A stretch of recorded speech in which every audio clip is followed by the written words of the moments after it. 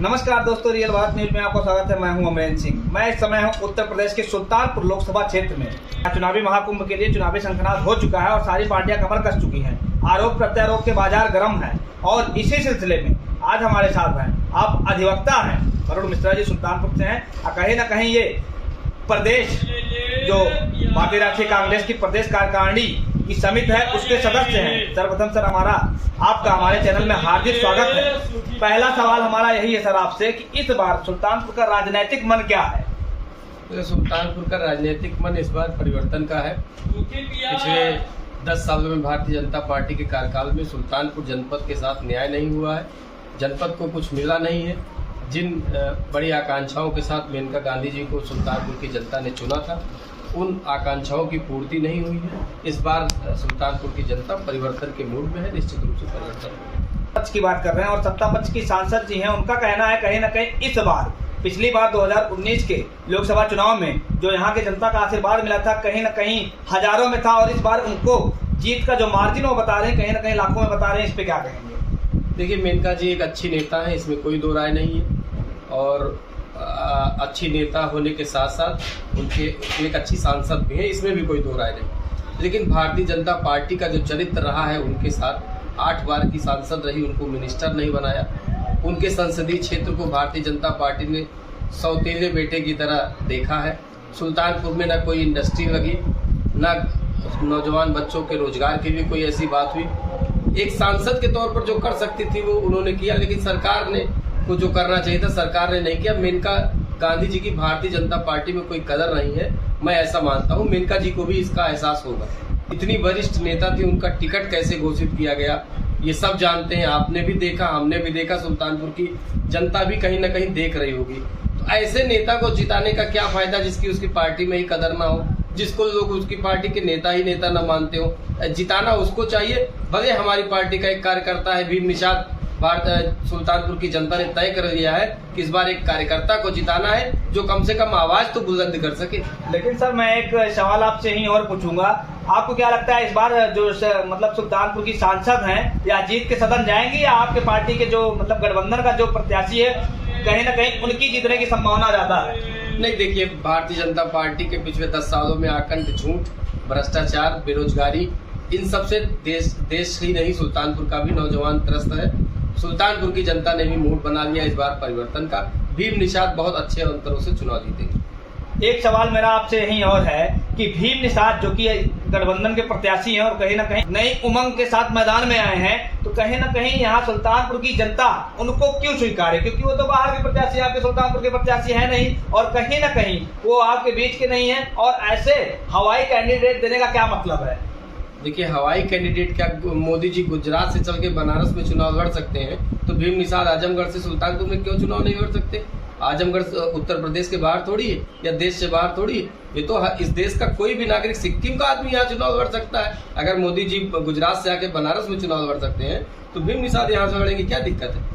चलिए ठीक है। इसी से अगड़ी जातियां कहलाती हैं जो अगड़े में पैदा हुए हैं, कहीं ना कहीं गरीब हैं और कहीं ना कहीं उनके अंदर टैलेंट है। कहीं ना कहीं आरक्षण का दायरा बढ़ाया जाएगा तो कहीं ना कहीं ऐसे टैलेंट को मारने का काम नहीं किया जाएगा। नहीं, ऐसा नहीं है। टैलेंट को मारने जैसी कोई बात नहीं है।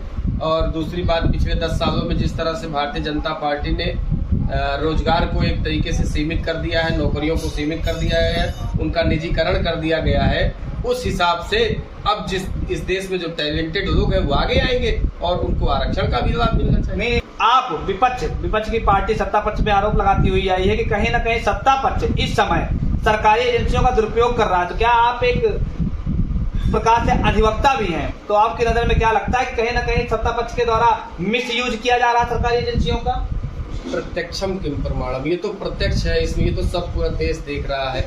भारतीय जनता पार्टी में एक ऐसी वॉशिंग मशीन है, वहां जाते ही अजीत पवार के सारे भ्रष्टाचार के आरोप खत्म हो जाते हैं, शुभेंदु अधिकारी के सारे आरोप खत्म हो जाते हैं, हेमंत विश्व शर्मा जिसे देश का सबसे करप्ट सीएम बताते थे वो सही हो जाता है, और ये जो रेड्डी बंधु है खनन घोटाले के आरोपी, ये शुद्ध हो जाते हैं। तो भारतीय जनता पार्टी तो ये तो मतलब साफ साफ दिख रहा है कि केंद्रीय एजेंसियों का जिस तरह से दुरुपयोग किया जा रहा है, जिस तरह से उनके द्वारा दूसरी पार्टी के नेताओं को परेशान किया जा रहा है, ये तो पूरा देश देख रहा है। इसमें आरोप नहीं, ये तो सिद्ध है।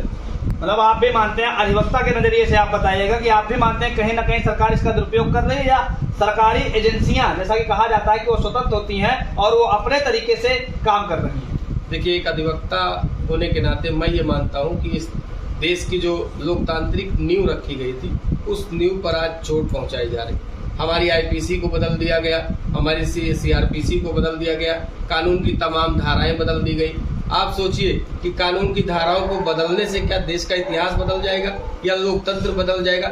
जिस तरह से एक पार्टी विशेष के योगदान को इस देश में कम करने की कोशिश की जा रही है, तो मुझे लगता है बतौर एक अधिवक्ता मुझे इस देश की लोकतांत्रिक क्षति होने पर पीड़ा पहुंचती है। मैं ये मानता हूँ इस देश की एकता, अखंडता इस देश की एकता में ही संभव है, और वो तभी संभव है जब इस देश के लोकतांत्रिक ढांचे को हम मजबूत होता हुआ देखेंगे।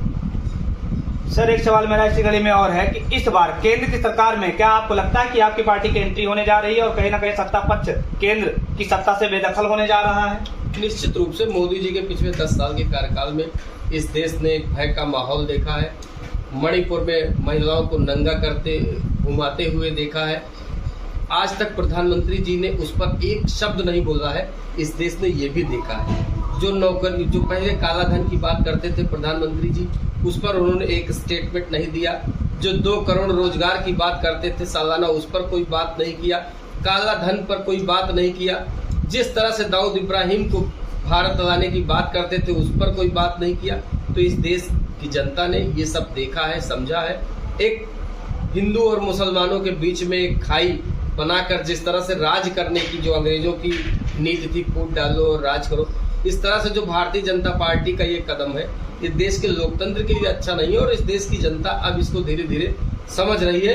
इस चुनाव में निश्चित रूप से परिवर्तन होने जा रहा है। लेकिन एक बात मैं आपसे यहीं और पूछूंगा, इसी पे पूछूंगा कि आप कह रहे हैं कि कहीं ना कहीं जातियों में बांटने का काम किया जा रहा है इस सरकार के द्वारा, तो कहीं ना कहीं जो ये जातिगत जनगणना की बात विपक्ष के द्वारा की जाती है, कहीं ना कहीं ये भी तो जातियों में बांटने का ही वो है ना, विचार है? नहीं, इसमें बांटने जैसा कोई शब्द नहीं है। आप लोग इसको बांटने का शब्द क्यों कहते हैं? ये एक तरीका है आपको बताने का कि आपकी संख्या कितनी है। हम जिस जाति से हैं, हमें पता होना चाहिए कि हमारी जाति के कितने लोग इस देश में हैं। चूंकि अब जाति व्यवस्था पर बात चल गई है, तो ये जानने का अधिकार सभी को है कि किसकी कितनी भागीदारी है। तो ये कोई बुराई नहीं, इसमें बांटना तो ये होता है कि जब हम और आप एक ही कुर्सी पर बैठे हो और आपको ये बताया जाए कि आपका धर्म दूसरा है, मेरा धर्म दूसरा है, और आपको उस हिसाब से आचरण करना है, मुझे उस हिसाब से आचरण करना है, यहाँ तक तो ठीक है।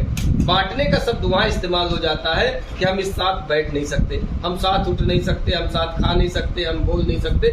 यहाँ बांटने जैसे शब्द का इस्तेमाल होता है। चलिए, एक सवाल इसी कड़ी में और करते हैं कि इस बार का जो आपके यहाँ का आम चुनाव लड़ा जा रहा है, इसमें कहीं ना कहीं इसके पहले भी ईवीएम पे सवाल उठते हैं, तो मैं एक चीज आपसे जानना चाहता हूँ कि ईवीएम से जो चुनाव हो रहा है, ये सही है कि गलत है?